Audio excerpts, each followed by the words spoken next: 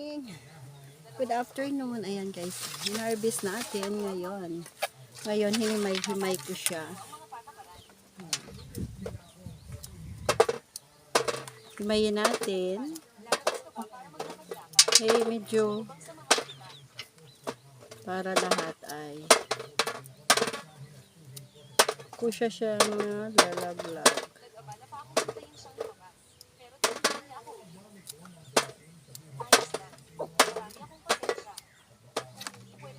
Himayin natin ulit.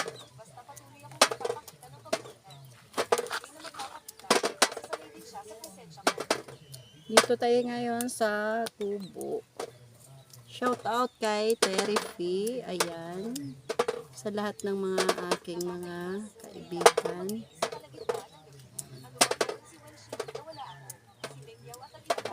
Isang pungpong siya guys, oh. Ganito siya pag ano, para siyang ganyan siya, oh. Mamaya na yan. Ito pa. Lagyan natin. Piliin natin ano. Matamis siya guys, matamis. Tapos lagyan natin ng asin. Overripe na ito.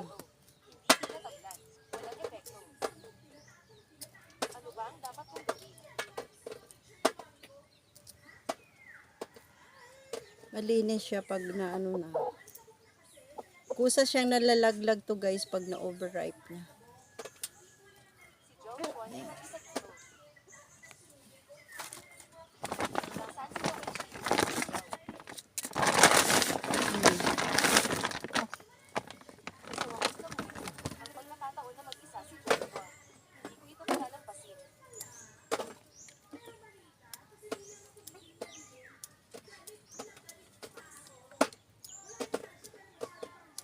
Ibang bata dito nagsasawa na kakakain.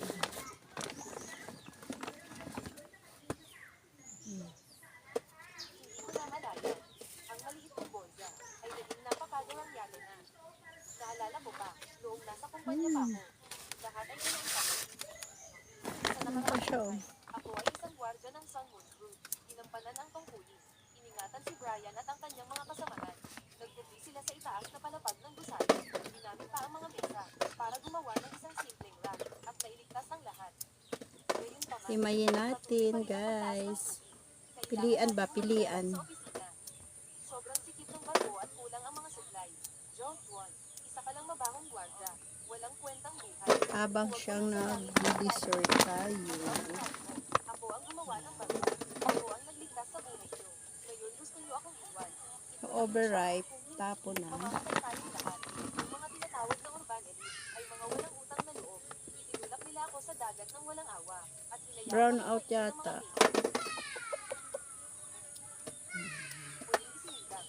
Nangako ako sa pagkakataong ito. Hindi na ako muling magtitiwala sa kahit sino. Sino may gusto dyan? Ayan. Marami pa dito guys kasi malalaglag naman ito. Pero sa hindi ko namamalayan, sa paligid ko ay mayroon na. Maraming tao na kasama ko.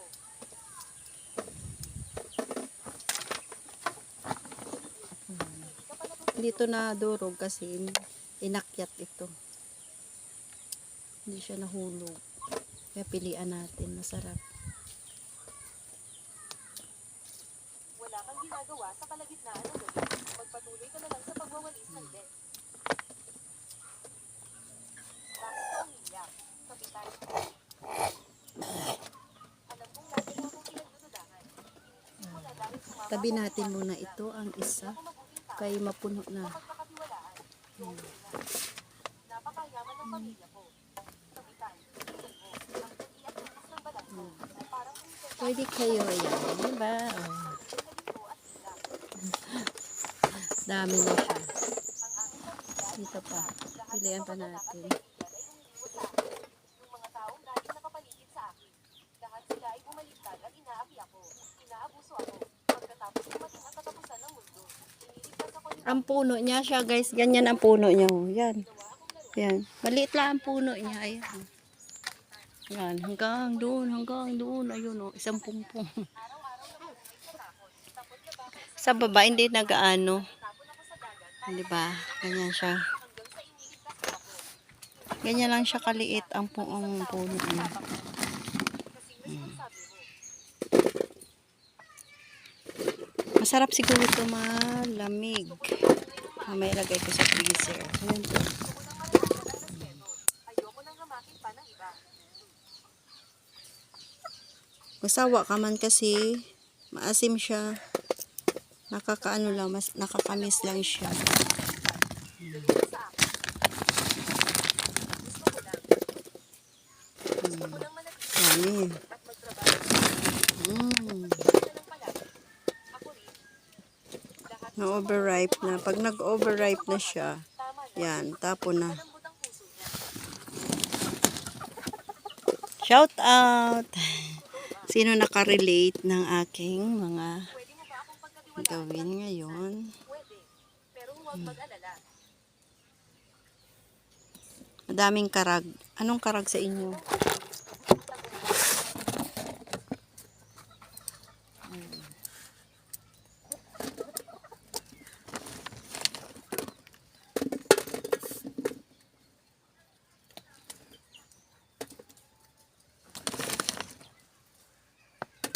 Magtiis pa ng kaunti. Ngayon, tingnan natin kung may epekto. Ang Papil mo ang ating grapes. pag-ati dito. Cherry. Sa iba cherry daw ito. Cherry balikan. Ayan na guys, ang dami na. Ako, wala ba akong nagawa? Handa akong magbago. Huwag mo akong palayasin sa barko. Nagmamakowa ako sa'yo. Kailangan ni Nenantia ng tao para tumulong magrehistro ng mga kagamitan at maglista ng mga ito. Pumunta ka roon para tulungan siya. Oy. Gawin mo ng maayos ang trabaho mo at huwag mag-isip ng masama. Salamat, Kapitan. Salamat sa pagbibigay ng pagkakataon. Siguraduhin na gagawin mo ito ng maayos. Hindi ko pinaniwala yun. Diba, dami na. Isang Tagumpay. Sa wakas, hindi na kailangan magwalay sa ibe. Makakapasok na ako sa pamunuan. Pagpaparehistro, habang nagkukwentuhan ka, ayan, dessert. paglalipat sa barko. Naubos kaya namin yung nag-swimming. Naubos. Naunti-unti din namin yun. Iaabot mo sa akin ang kutsilyo. At saka, huwag mong isipin na Grabe. ang kagandahan mo para umangat sa akin. Ayan na. Ingatan mo ang iyong mga mata at tingnan. Kaya sa every year lang ito papamunga. May ang harvest. May or June, ganyan. Ay magiging aking balang araw. Diba? May mga lapa na siya. Pilian natin. Pagkakatiwalaan ng kapitan. Sa apat na hakbang, maging kulay na Kasi bukas bulok ito na. Pamigay natin sa may gusto. Sino may gusto?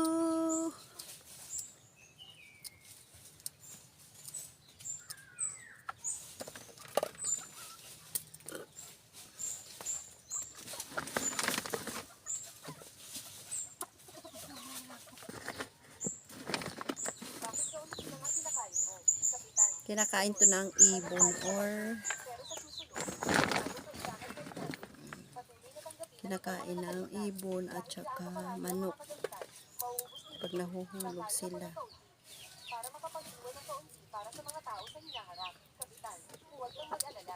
Sapat na sa akin ang mga ito. Habang nagkukwentuhan kayo kahit medyo maasim. Kumuha ng isang lata ng prutas. Lumabas tayo.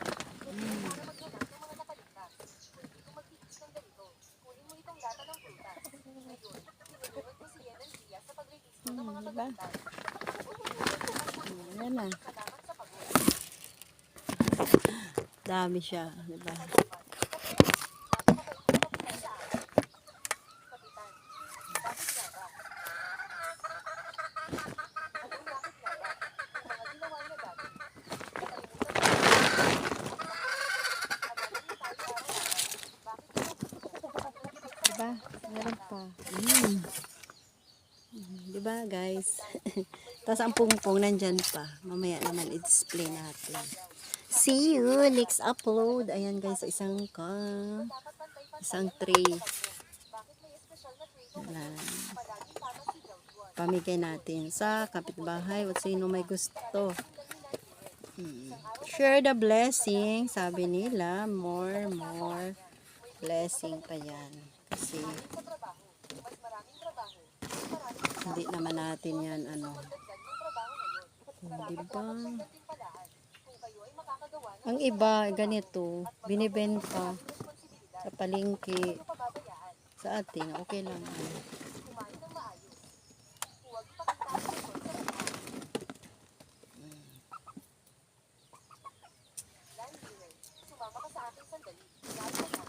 Ano lang naman to siya, mahuhulog pag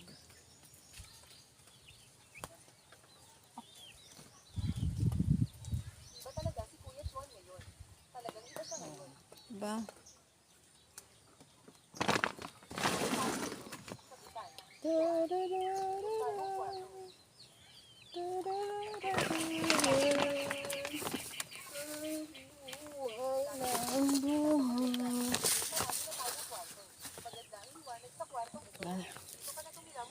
Ang dami pa. Bye bye, see you next up.